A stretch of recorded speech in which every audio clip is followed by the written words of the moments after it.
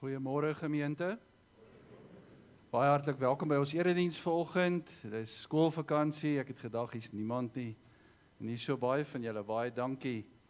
Hier is 'n geleentheid vanoggend waar ons na beide kante toe 'n groot geleentheid, 'n mylpaal vier. 30 jaar wat ek die voorreg het om hier voor op hierdie plekkie te staan. Hierdie mat is ook vervang, so die gat wat ek hier ingestaan gehad het saam met my voorgangers is ook mooi vervang, so alles lyk nuut. So baie dankie ook daarvoor. 30 jaar waarop 'n mens kan reflekteer waar die Here ook hierdie gemeente begelei het en ons geseën het. Ons gee net vir almal geleentheid om rustig hulle plekkies te kry.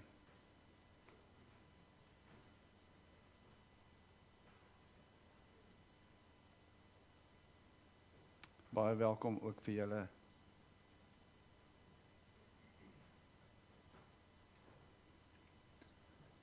Ja, 30 jaar wat die Here vir ons geseën het om ook by die kanspaar hier te wees. Janine sê ook vanoggend, sy is ook al 14 jaar hier. Dit was my altyd lekker gewees om vir Dominee Koen de Lange in lewe te kon sê, om Koen, ek is besig om jou in te haal. Om Koen was 18 jaar die langsdienende dominee van Witfontein gewees in die begin. En ek kon in lewe nog vir hom sê, om Koen, ek het nou oom, is nou langs oom. En ek kon ook op 'n stadium vir hom sê, ek is nou verby. En dit is groot dankbaarheid, groot genade, waar ons vandag vir die Here al die eer gee vir hierdie besondere geleentheid, om vir 3 dekades in een plekkie te werk. Dinge het baie verander, Witfontein het nie dieselfde gebly nie, ek dink ons bedien al reeds ons 6ste gemeente in Witfontein. As ons kyk hoeveel mense ons langs die pad gegroet het, meer as 500 begrafnisse wat ek self hier gehanteer het, sonder dit wat Janine gedoen het, 500 lewens wat net voor ons uit is, hemel toe. Maar die 30 jaar is ook vir julle vandag van belang. Want dit is 30 jaar wat julle bereid is om met my en Janine 'n pad te stap in die geloof. En dit is so lekker om partykeer net daai getuienisse spontaan te hoor wat die Here met jou gedoen het in hierdie 30 jaar, in hierdie geloofsgemeenskap, waar ons trots is om onsself Witfonteiners te noem. Pretoria Noorderlig, julle identifiseer ook al met ons bepaalde DNA, julle harte klop soos ons, en julle weet waarvan ons dan ook vandag praat. Ook vir julle wat aanlyn inskakel vanoggend, ek wil hê dat jy teenwoordig moet wees, al is jy agter 'n kamera en ek op 'n skerm, en die gemeente op 'n skerm, wil ek vir jou vra om teenwoordig te wees. Mag jy die Here se teenwoordigheid by jou beleef, soos ons om vandag hier deur sy Gees beleef, en mag ook jy opstaan waar jy kyk, dalk 'n baie mooi plek met 'n mooi uitsig, dalk lekker met koffie of 'n teetjie, maar mag jy ook daar opstaan, nie dieselfde as wat jy daar gaan sit het nie, en mag jy ervaar hoe God ook jou transformeer en jou verander. Baie dankie ook vir julle wat spesiaal vandag hier is, as oud Witfonteiners, en lekker saam met ons kuier, as deel van 'n familie waarvan jy altyd deel sal wees. Met die welkoms gesê, wil ek graag hê dat ons lied ter voorbereiding sing, Vlam 30, 'n lied wat sê, U is in beheer, wonderbare Heer, U wat steeds getrou U skepping onderhou. Dink 'n bietjie oor die Here se in beheer wees in jou lewe, en hoe mate het jy die kontroles oorgegee aan Hom, om beheer te vat oor jou lewe. Wie beheer jou lewe? Jy en jou sondige begeertes? Of word jy beheer deur God se Gees, as 'n geesvervulde kind van die Here? Oordink dit 'n bietjie saam met my as ons die Here groet en welkom sê met Vlam 30.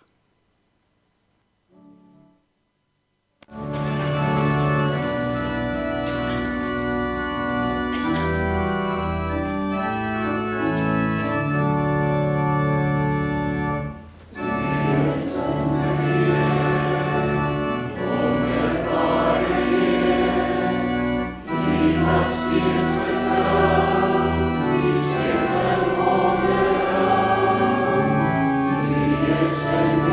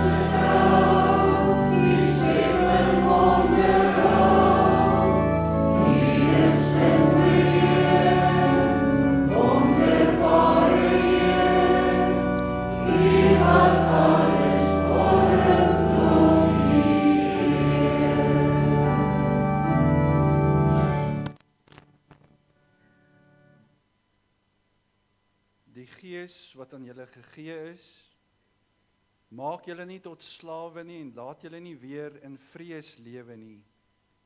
Nee, julle het die Gees ontvang wat julle tot kinders van God maak en wat ons tot God laat roep, Abba. Dit beteken Vader.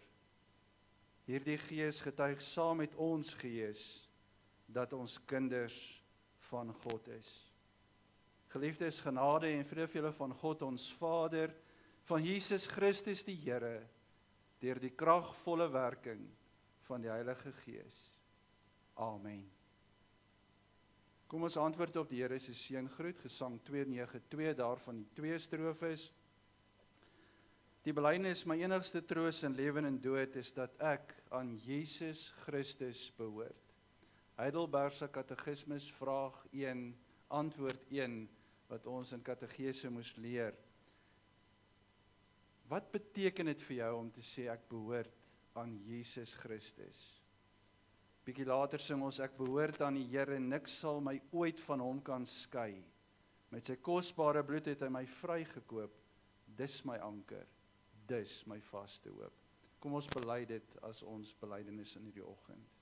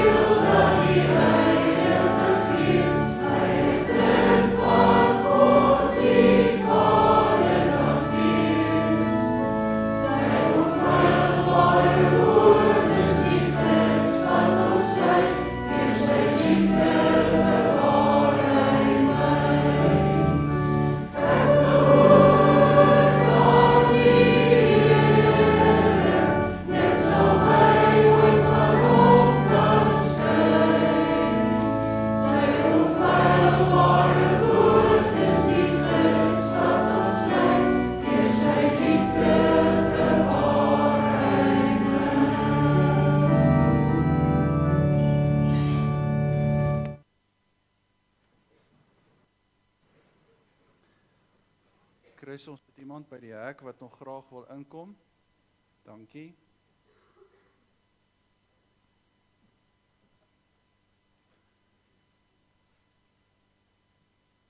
Baie van ons persoonlike getuienis sal dalk met die volgende woorde kon begin. Waar ek kon vertel dat my lewe se mees bepalende oomblikke was nie daardie oomblik toe ek besef het wie het my weggegooi nie. Maar dit was daardie oomblik toe ek geweet het wie het my ingeneem, wie het my aangeneem.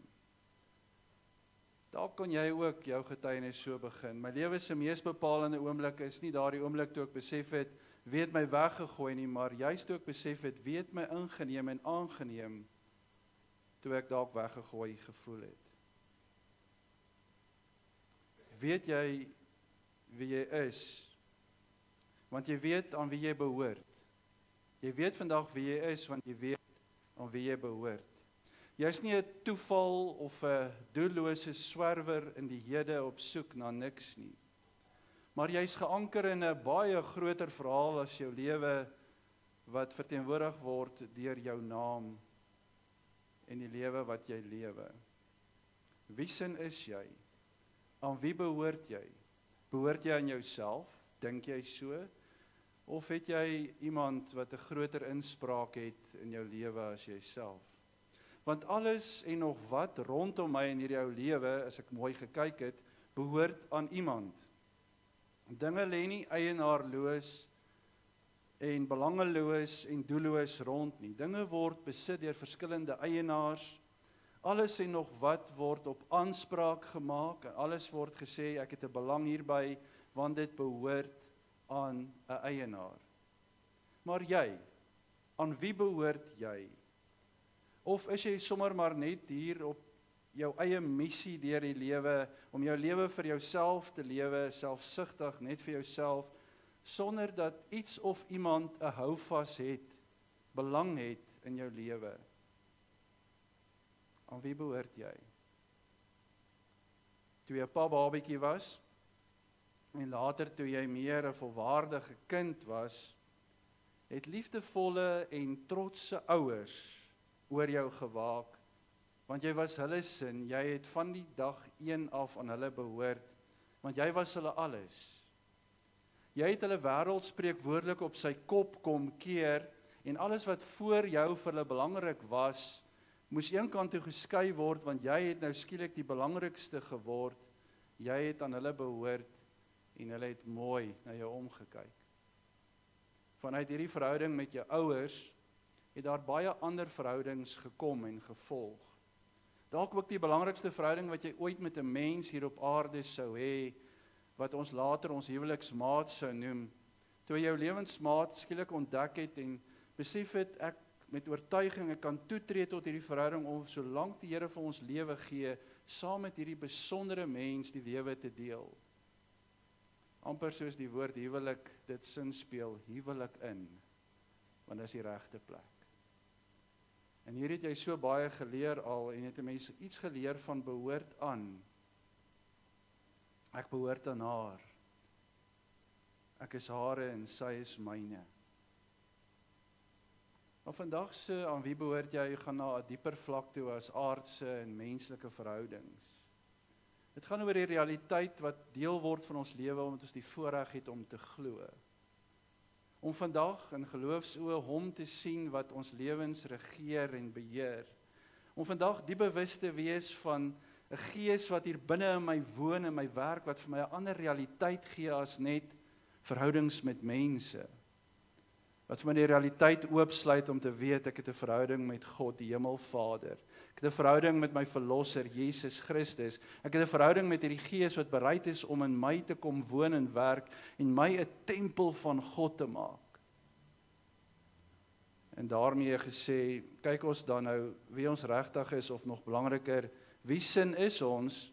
En vandag wil ons daaraan aandag gee aan wie behoort ons, wie is in beheer van my lewe, en met watter gees leef ons?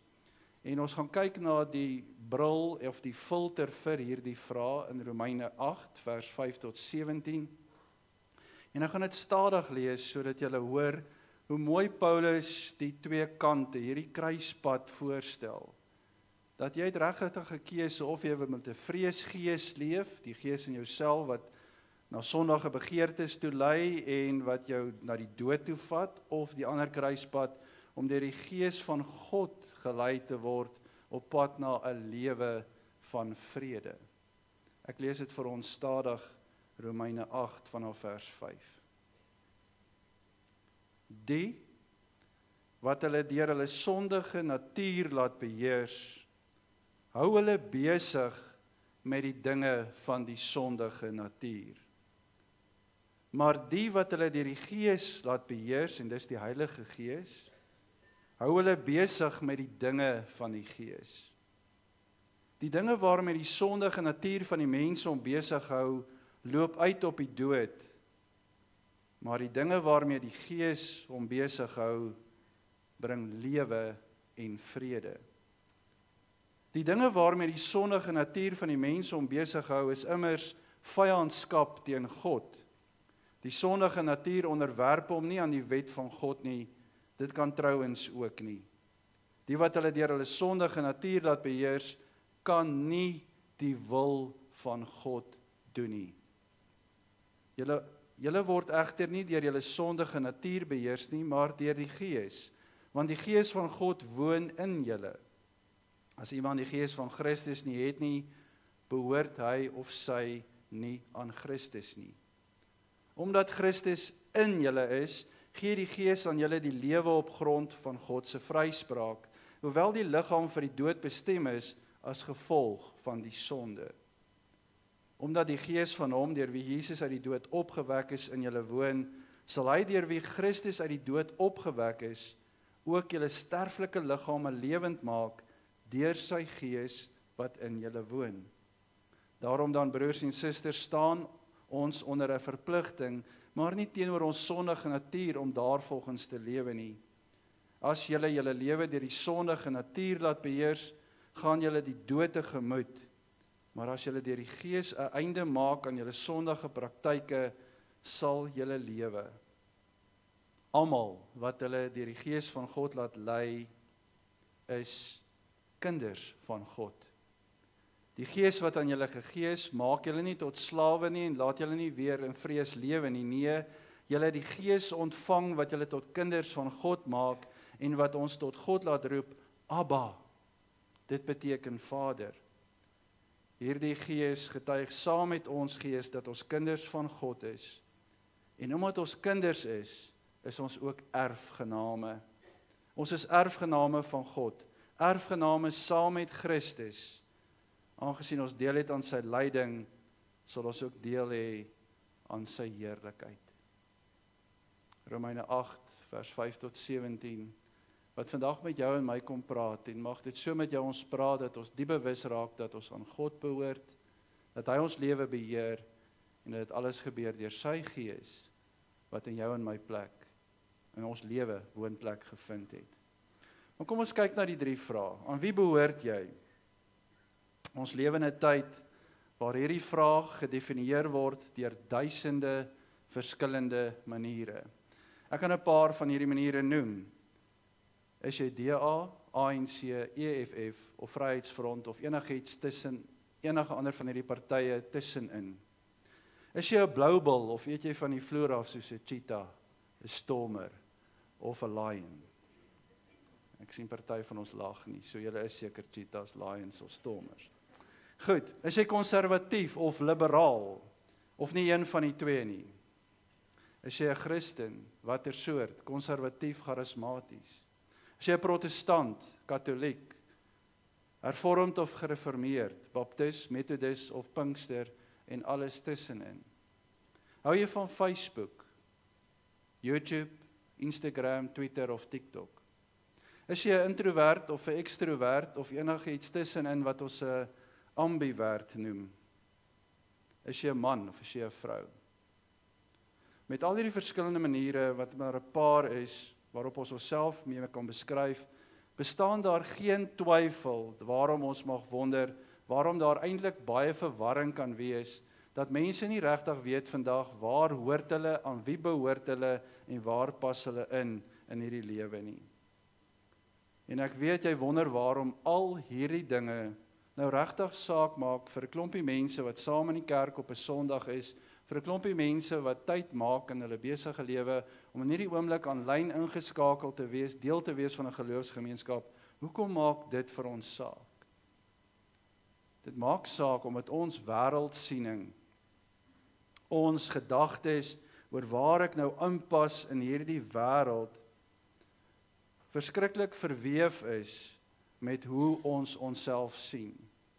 Daar word verwys na die groot woord identiteitsgerigte wêreldsiening of 'n eksistensiële wêreldsiening, dat jou lewe word bepaal deur die wêreld wat rondom jou gebeur en hoe jy dit sien, en dit vryf so af op jou dat jy ook weet, dis waar ek inpas in hierdie wêreld, hieraan as ek geanker, daaraan as ek los, ek bepaal nie my laat nie my lewe daardeur bepaal nie. So dit is 'n eksistensiële wêreldsiening wat vandag ook hoogtyd vier. Wat ons nodig het om te besluit in hierdie oomblik, is die antwoord op hierdie vraag. Nie wat jy is nie, nie watter politieke party jy ondersteun nie, of aan watter sielkundige afwykings lei jy nie. Dit is nogal 'n openbaring om te weet dat elkeen van ons, soos ons hier vandag in die kerk is, en soos jy aanlyn ingeskakel is, ons elkeen het sielkundige afwyking, ergens. So baie keer het nog net nie agtergekom nie, maar nie een van ons is gevrywaar van 'n sielkundige afwyking nie. Elkeen van ons het een ergens. Party van ons het 2, 3, 4, maar Ons hoef nie dit te beantwoord nie. Ons ganse realiteit nou en die toekoms, die realiteit van nou en in die toekoms hang nie af van hierdie tydelike aardse dinge van partye, rugby spanne, of ek nou 'n introvert of 'n ekstrovert is nie. Dit alles hang af aan wie ek behoort in geloofstaal. In geloofstaal sal dit wees, hoe sien jy jouself as mens voor God, jou skepper?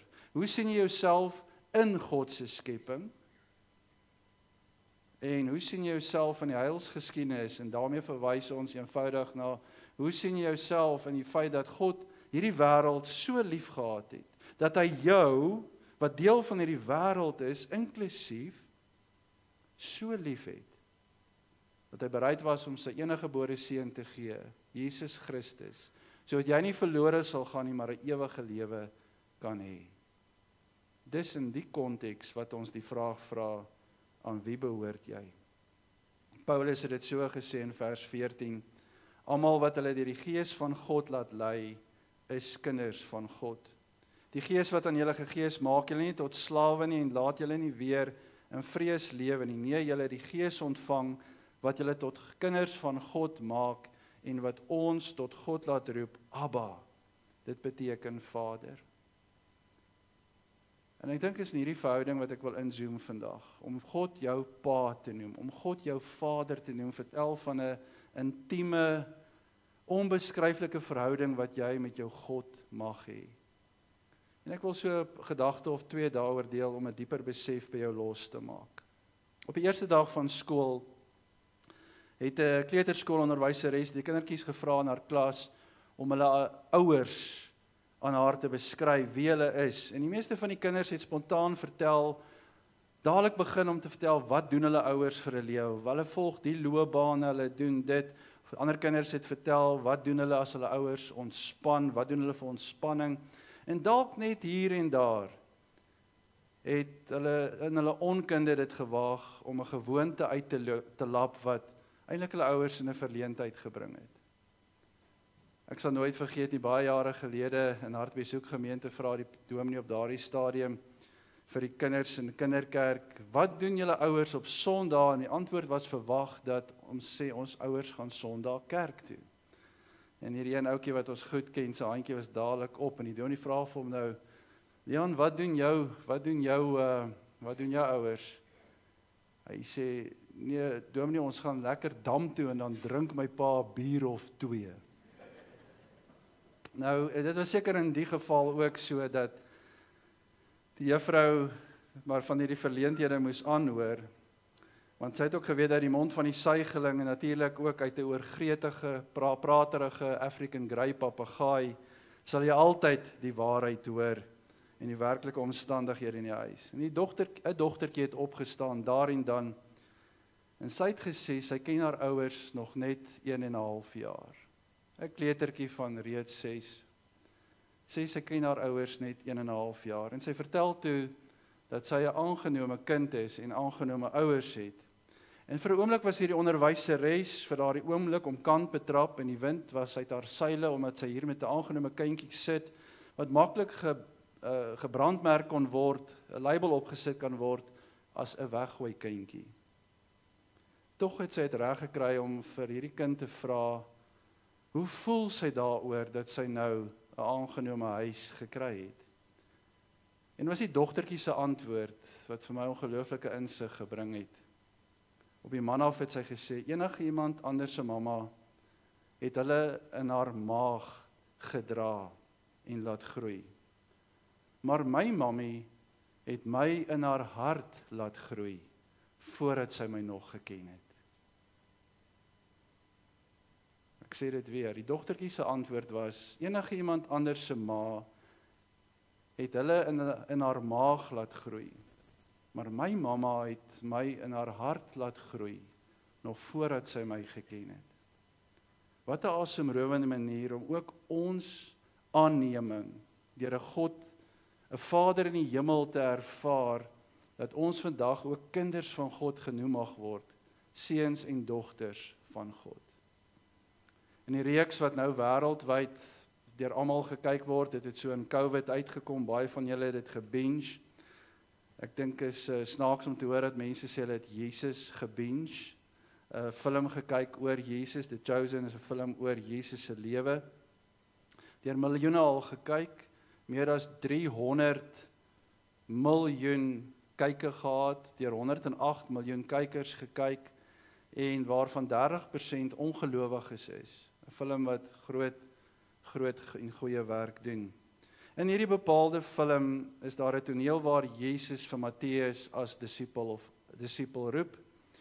Matteus, weet ons, die verraaier van sy eie mense, belastinggader vir die Romeinse regering, hy het by die vyande gaan geld insamel, by die Jode gaan geld insamel vir die vyand, soos ons belastinggarders vandag.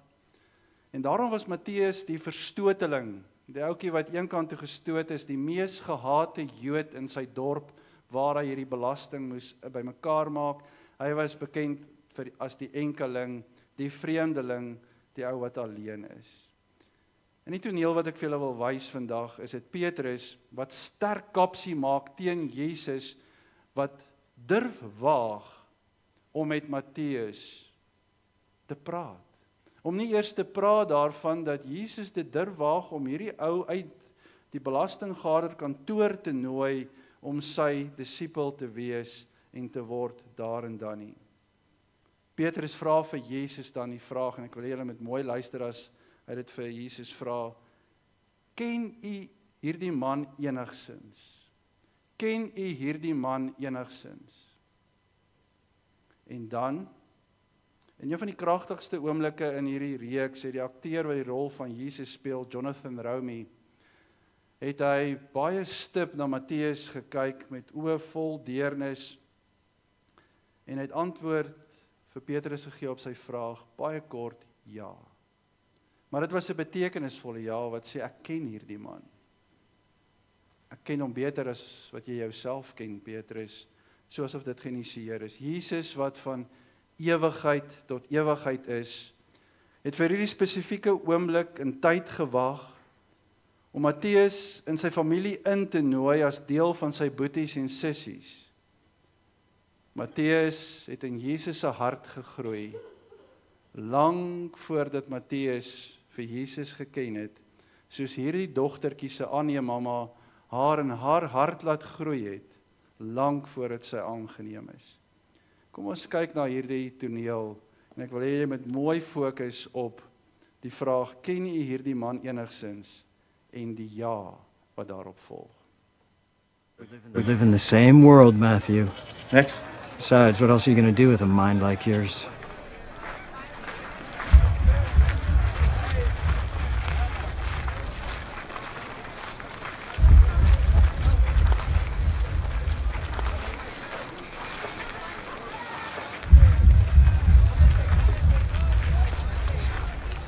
Matthew.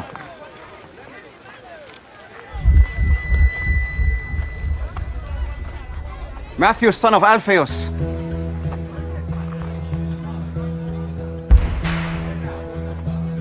Yes. Follow me. Me? Yes, you. Whoa, whoa, whoa, whoa. What are you doing? You want me to join you? Keep moving, street preacher. Do you have any idea what this guy has done? Do you even know him? Yes.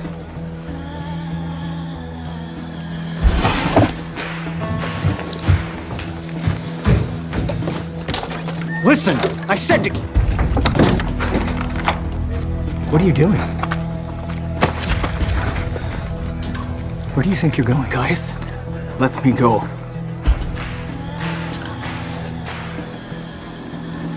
Have you lost your mind? You have money. Quintus protects you. No Jew lives as good as you. You're gonna throw it all away. Yes.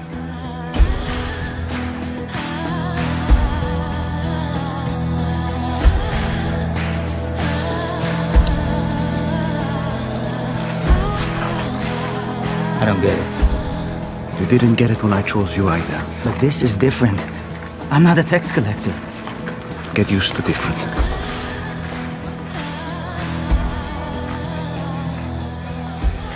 Glad we passed by your booth today, Matthew. Yes. Shall we? We have a celebration to prepare for. You will regret this, Matthew. What's the tablet for? I grabbed it without thinking. You can put it back. No, keep it. You may yet find use for it. Where are we going? A dinner party. I'm not welcome at dinner parties. Well, that's not going to be a problem tonight. You're the host.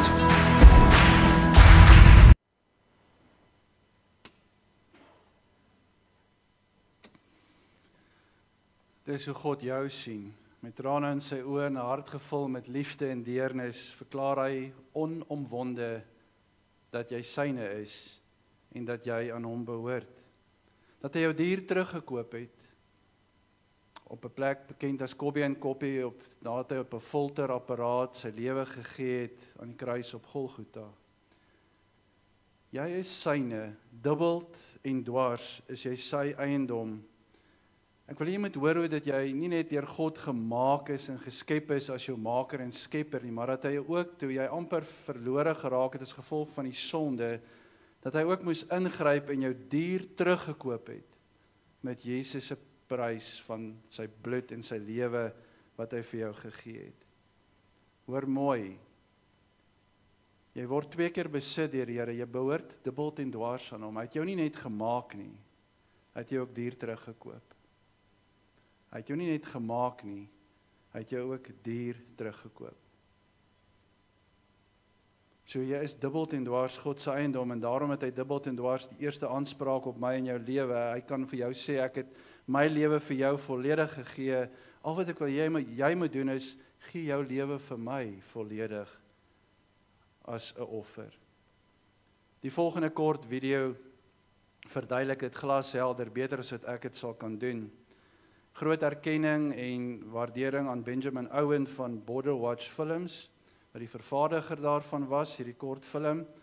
Ek het vir hom gevra in 'n e-pos en hy skryf op my navraag, hy Tennessee, hy sê, yes, you can use Twice Owned as part of your Sunday sermon. Happy for the film to be useful. Pray that it's a blessing. I hope that Twice Owned sal die volgende baie mooi huis toe dryf. Jy is dubbel en dwars God se kind, sy erfgenaam en eiendom. Kom ons kyk daarna.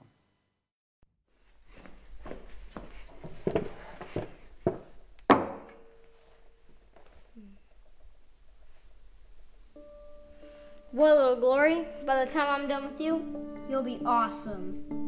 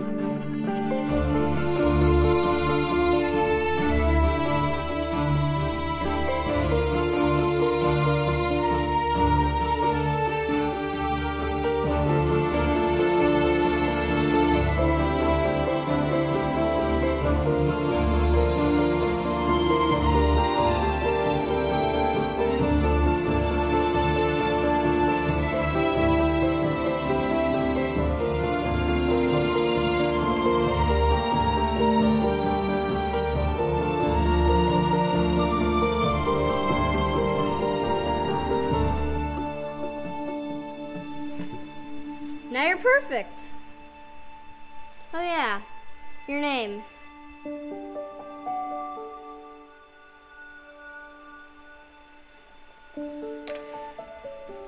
Glory.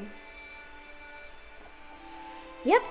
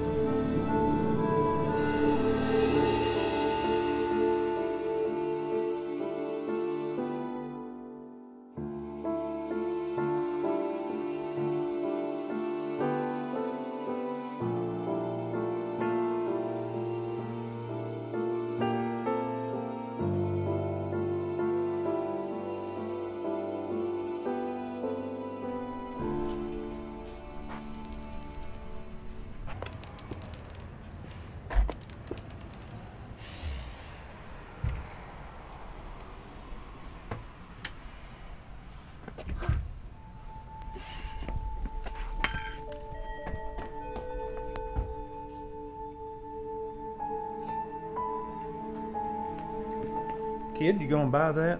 Well, you see, sir, I made this boat, but then I lost it, and now here it is. Well, I can't give it to you for free. You see, it has a price tag. Oh, well, that's a lot of money. Give me some time. I can earn the money. Okay.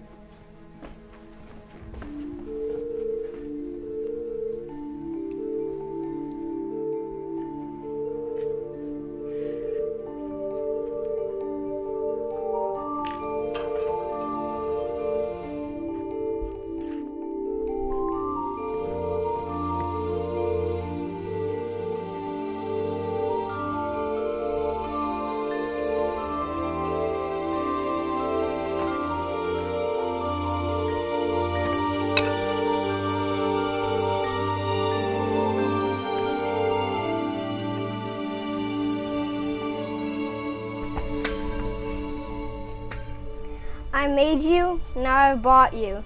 You are twice mine.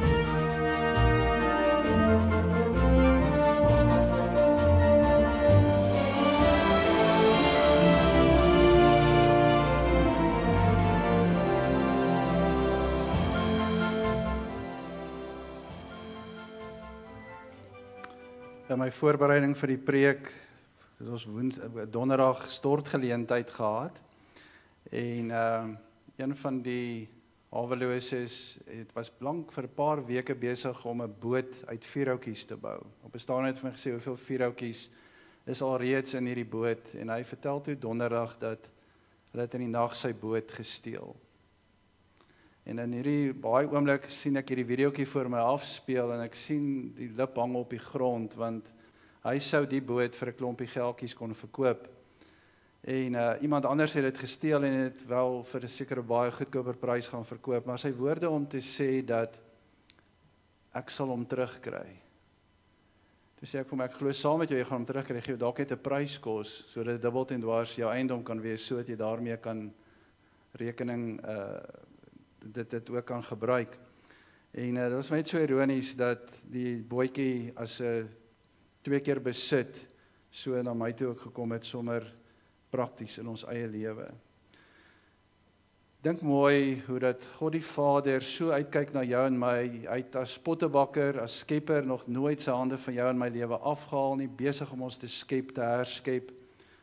Maar ook in Jesus het hy ons dier teruggekoop sodat ons dubbel en dwars sy eiendom kan wees. En ek dink dis wat dit so spesiaal maak dat Paulus in Romeine 5 vir ons voorstel aan hierdie term Abba, Vader, 'n Arameese woord wat nie vertaal sou word met Vader soos dit amptelik eintlik vertaal is in ons Bybel nie, want dit is uit respek het vir God dat ons praat van Vader. Maar eintlik in alledaagse taal as 'n Joodse kind vir sy pa sê Abba, dan praat hy van pappa, papi. Dis 'n intieme woord, 'n bekende woord familiêr en dit is 'n jong kind wat eintlik sy verhouding met sy pa op 'n baie besondere manier uitdruk. Dit gaan nie nou net oor hier is die vaderlike hoof van die huis of dis meneer so en so nie. Hy is pappa, my papi by wie ek veilig kan voel en skuil. Nou 'n aangrypende boek deur Bilkie Sheik oor haar lewe. Moet sy as moslimvrou 'n daadwerklike keuse maak tussen om 'n moslim te wees of 'n Christen te wees.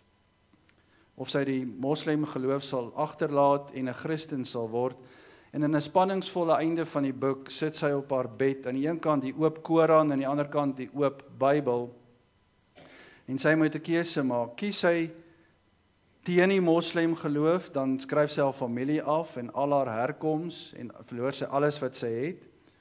Kies sy die Here Jesus, stap sy met niks daaruit nie behalwe haar verlossing in God deur Jesus Christus.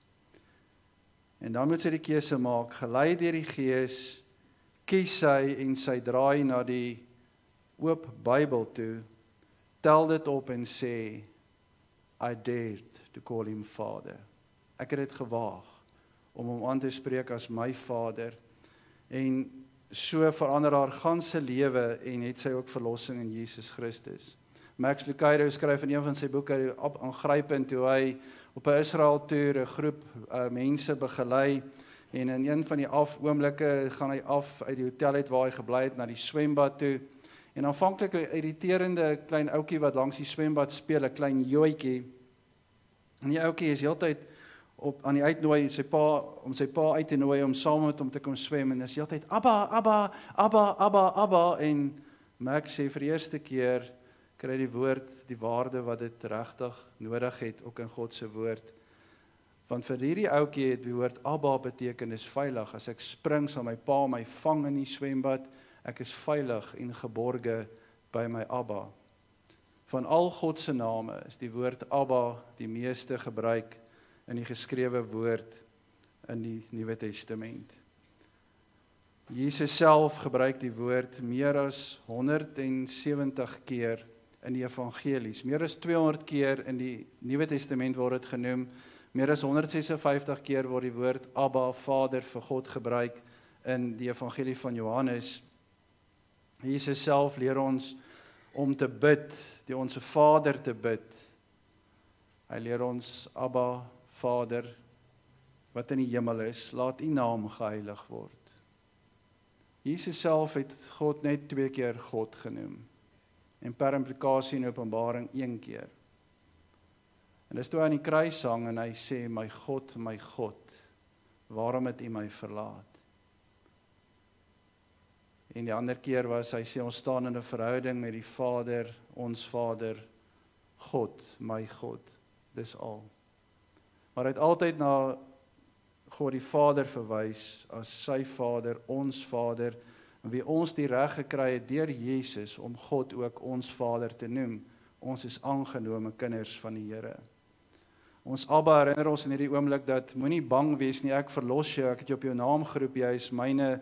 In Jesaja 43 vers 1, nie op klip geskryf is nie, dit is geskryf met Jesus se bloed, in my en jou lewe, sodat ons weet, die prys is betaal vir die volgende realiteit, ek behoort dubbel en dwars aan God. Ek het 'n lewende verhouding met die skepper van hemel en aarde, aangeneem deur die Vader, betaal deur die Seun, verseël deur die Gees, dis wie ek is.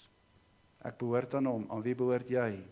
Wie is in beheer? Paulus gaan aan, hy sê, die wat hulle deur hulle sondige natuur laat beheers, hou hulle besig met die dinge van die sondige natuur, maar die wat hulle deur die Gees laat beheers, hou hulle besig met die dinge van die Gees. Die dinge waarmee die sondige natuur van die mens hom besig hou, loop uit op die dood, maar die dinge waarmee die Gees hom besig hou, bring lewe en vrede. Wie is in beheer van jou lewe? As jy weet aan wie jy behoort, is dit 'n maklike antwoord. Gee jy die beheer aan jou sondige natuur of gee dit aan die Gees van God? Vir Paulus verduidelik dit as ware so stap vir stap. Lewe volgens jou sondige natuur, dan doen jy die dinge van die sondige natuur. Jy hou jou besig met die dinge van die sondige natuur. En is die uitkoms daarvan radikaal anders as wat jy wanneer jy jou deur die Gees van God laat beheers. Die een lei na die dood en die ander een na 'n lewe van vrede. Baie mense kyk vandag na die wêreld nou en wonder wanneer en waarom het alles so mal geword. Ons hoef nie net na die wêreld te kyk nie, ons kan na onsself ook kyk waar ons almal hiperkrities geraak het oor die kleinste dingetjie. Mense kan dit amper noem liggeraakse Moses in Bybelterme.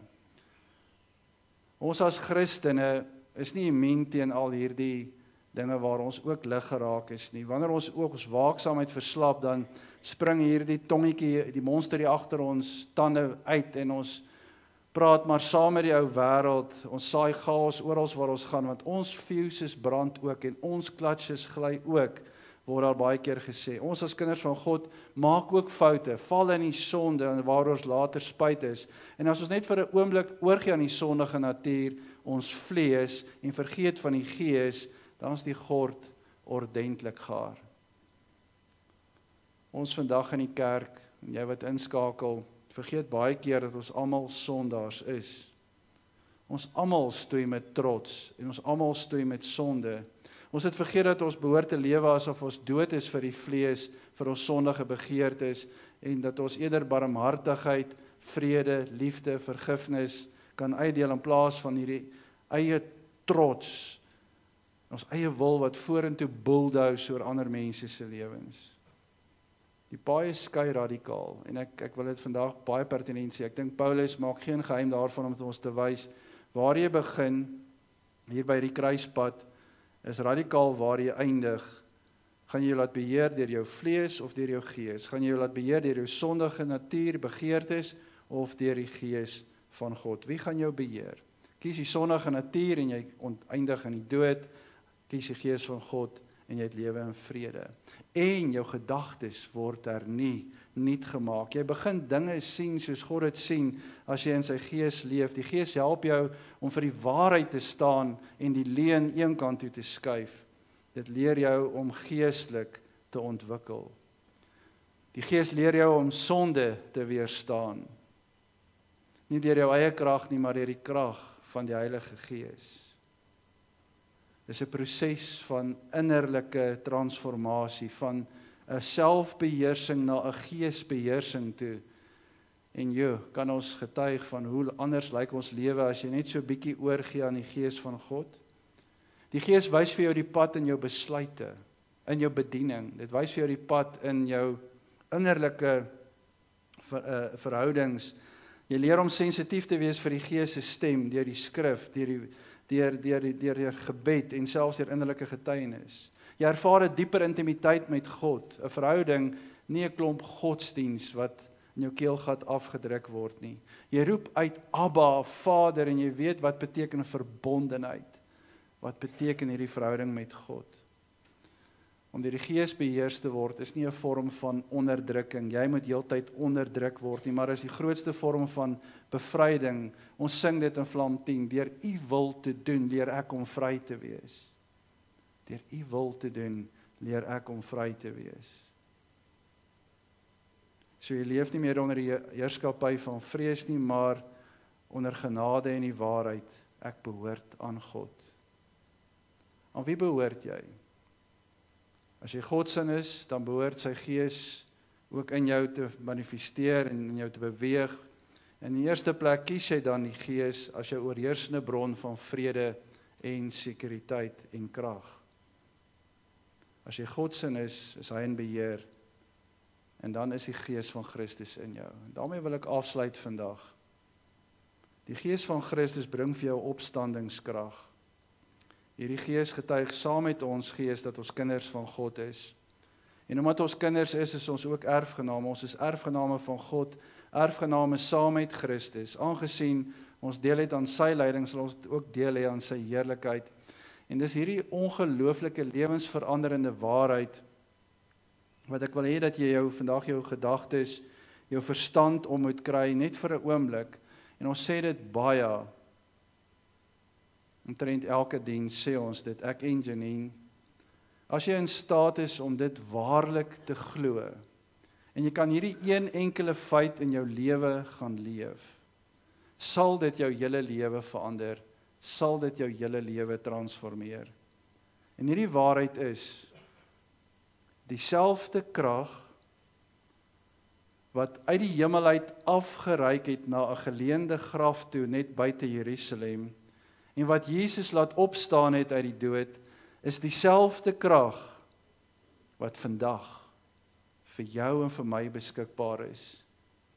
Dieselfde krag wat afgereik het na 'n geleende graf toe waarin Jesus uit die dood uit opgewek is die krag wat vandag in my en jou lewe na vore tree. Met ander woorde, ongeag waar jy vandag jouself in die lewe bevind, hoe jy jou lewe geleef het tot op hierdie punt in jou lewe, as jy jouself toelaat om te sterf vir al hierdie dinge wat jou teruggehou het tot in hierdie oomblik, as jy alles van die vlees afsterf, jou sondige begeertes afsterf, sal dieselfde krag in die graf van jou hart inbeweeg en dit jou terugbring na 'n lewe in Christus. Soos Jesus opgewek is deur die Gees, kan jy opgewek word vir die Here, vir 'n nuwe lewe in Christus.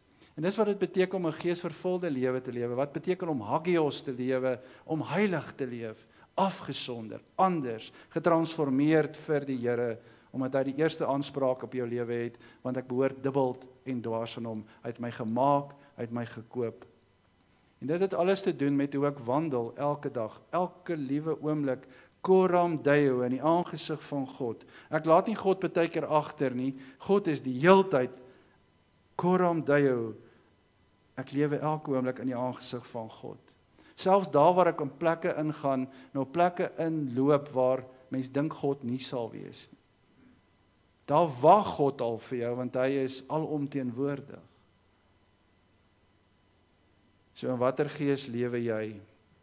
Wie is in beheer van jou lewe en wie sin is jy? Sou jy vandag eerlik kon antwoord dat jy jou keuse gemaak het vir die lewe, 'n lewe van vrede saam met die Gees van God? Want die alternatief is die dood sonder vrede.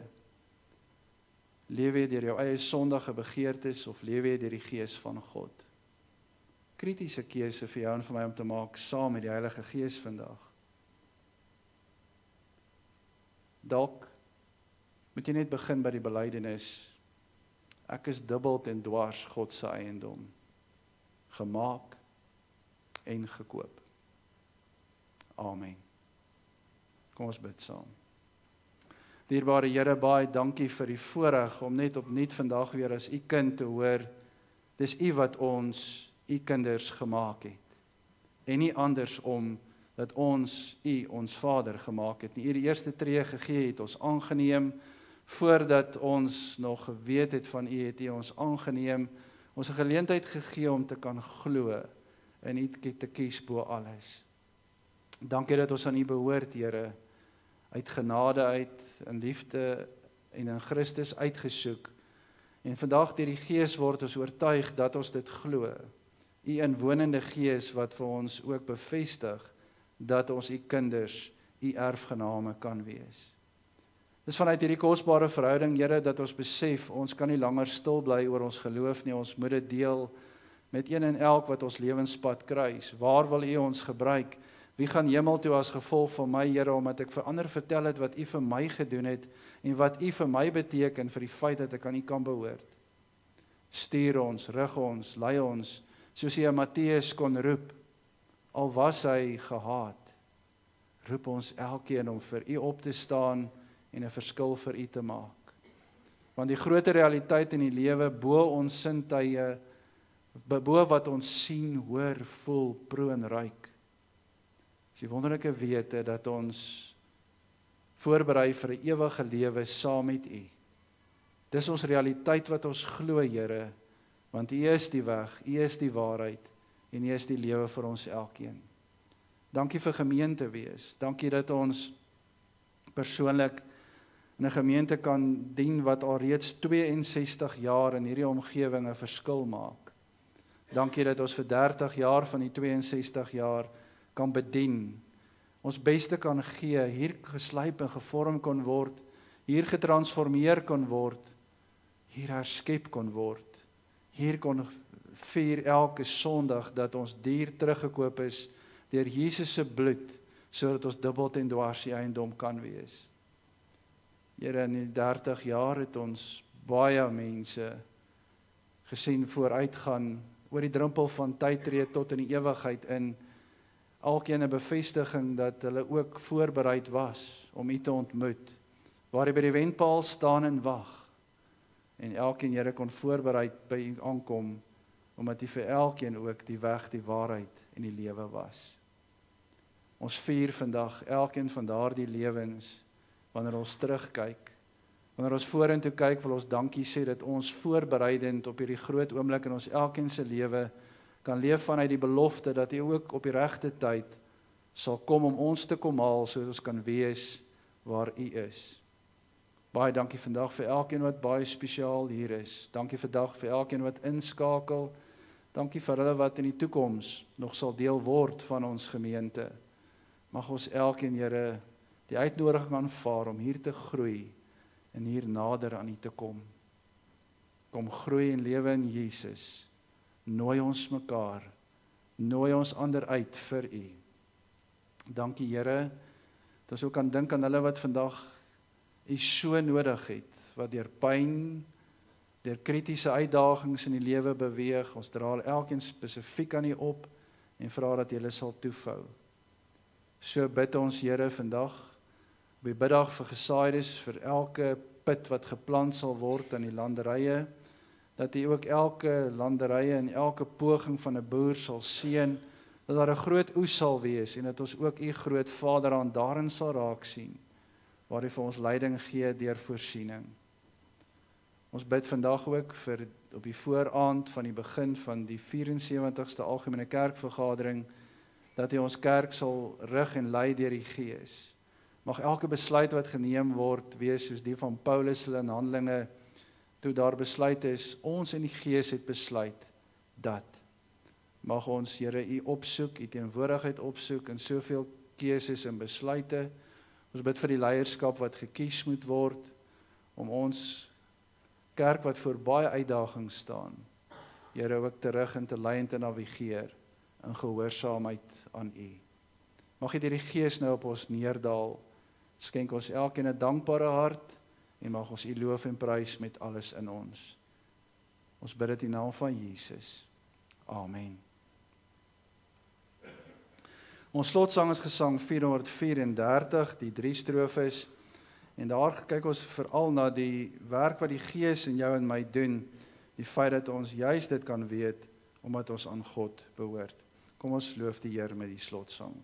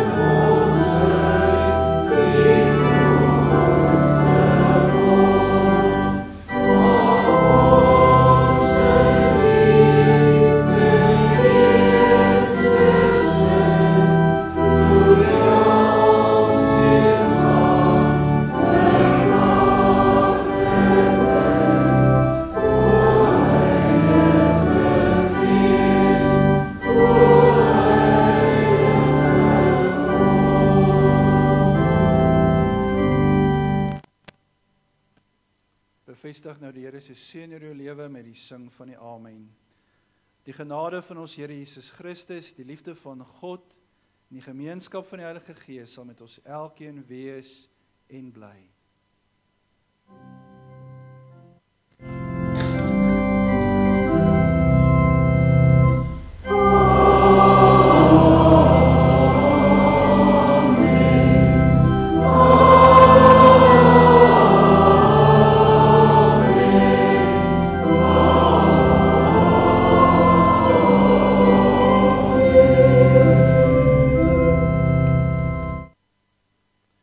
net vir 'n oomblik sit vir die afkondigings asseblief.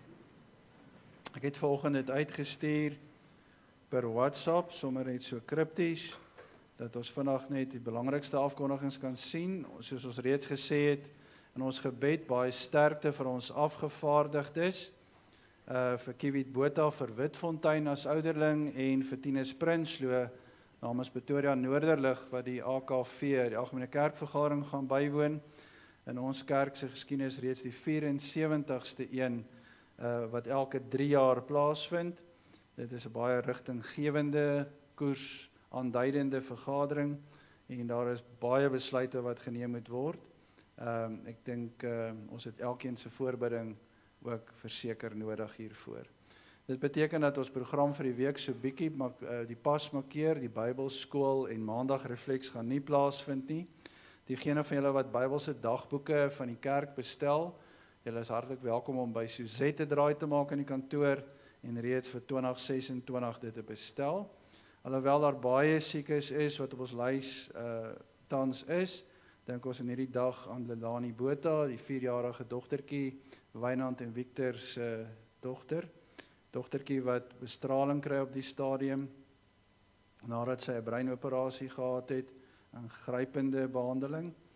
Dan wil ons ook baie geluk sê aan oom Hannes Benadi, daar onder in Somerset Wes, elke Sondag skakel julle in. Oom se 89ste verjaarsdag was hierdie week, ons wil oom sê baie geluk, oom Hannes. Ek hoor julle het 'n groot uittog gehad om dit luisterryk te vier, ek hoop dit kon plaasvind, ten spyte van die gesondheid. Dankie vir julle ook deel wees van Witfontein, alles julle ver, en mag die Here julle ook julle seën met sy teenwoordigheid, waar julle vandag is. So het Sakkie en Taneria ook hulle 57ste huweliksherdenking gevier 'n week terug, so dis 57 jaar in 'n week, Taneria, reg nee.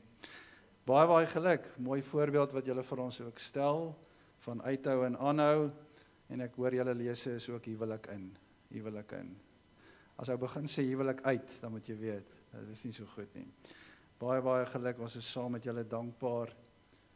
Dan ons besprekings vir die gemeentekamp vir 2026 na Kokkeriba toe, buitekant Brits, vorder baie mooi, Elmiense reklame en Edliense administrasie, het al verseker dat 89 plekke bespreek is, so as jy nie saam gaan nie, oorweeg dit baie sterk om 24 tot 27 September volgende jaar, Deo Volente met die Here se wil daarby saam te kom kuier. Ek dink die getalle en dit wat Elmien verlede week gesê het, sê dit alles hoekom jy dit sou wil doen. Sou jy graag saam gaan, vra vir my net weer die Google vorm, ek stuur dit graag aan vir jou bespreking. Dit bring ons by die punt wat ons mee begin het vanoggend, klaar gepraat van my kant oor die 30 jaar, dankie vir geleentheid, op geleentheid, om in een van die ongelooflikste gemeentes in die hervormde kerk te kan bedien. Dis 'n ongelooflike wonderwerkpad wat die Here vir ons gegee het tot hier. Ek kan 'n boek skryf oor die wonderwerke wat ek self beleef het. Dis 'n wonderwerk in ons dag en tyd dat 'n gemeente wat in hierdie area bedien 2 voltydse standplase mag hê. Ek dink ons moet dit waardeer. Dis 'n voorreg om 'n gemeente te wees wat nog kinders het. Baie gemeentes wat gaan kom vandag om die hele week saam te vergader, het nie een enkele kind in hulle gemeente mee nie. Ons is bevoorreg. Om geloofsgemeenskap en eensgesindheid te beleef, maak van ons op sigself 'n wonderwerk. Om altyd eensgesind in een rigting te beweeg. Beteken nie ons stem altyd saam nie, maar ons beweeg om te weet ons is in die koninkryk van die Here en ons praat koninkrykstaal. Die voorreg wat Pretoria Noorderlig en Witfontein gehad het vir die laaste 3 jaar om koninkrykstaal met mekaar te praat en by 'n punt te wees waar ons wil saam smelt, getuig van die wonderwerk wat die Here besig is om ook te doen hier.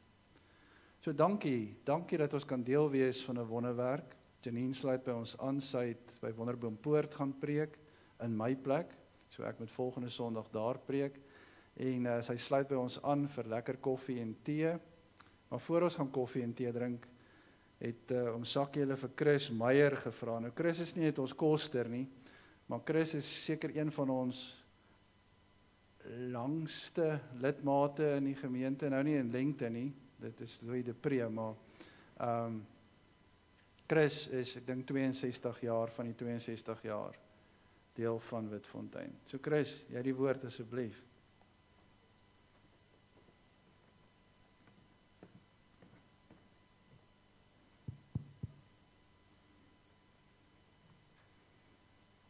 Waar begin mens om te sê, wauw, 30 jaar, sjoe, dit is 'n lang tyd, dit is 'n lekker tyd.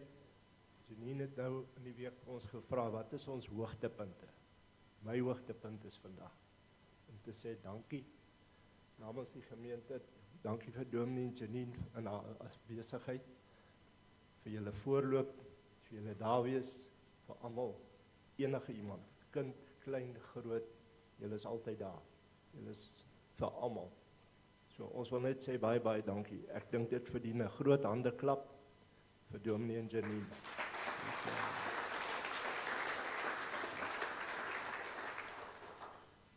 Nou wil ek net vra Natasha, asseblief kan ons net vir Dominee hulle die seënbede sing. Sal ons net staan asseblief?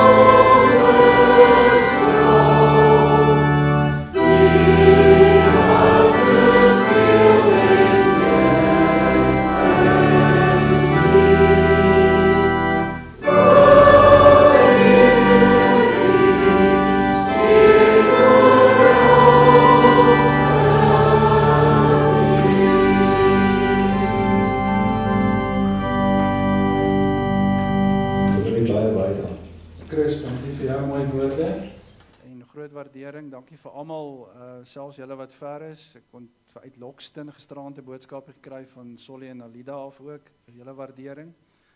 Baie, baie, baie dankie. Mag die Here ons vorentoe vat en mag ons dit wat ons vir 30 jaar, 62 jaar hier beleef en ervaar, mag die Here voortgaan daarmee.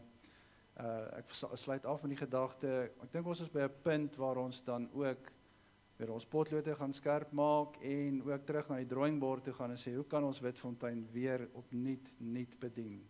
En julle is saam deel van daardie span wat dit moet doen. So ons nooit stagneer nie, altyd vorentoe gaan vir die Here.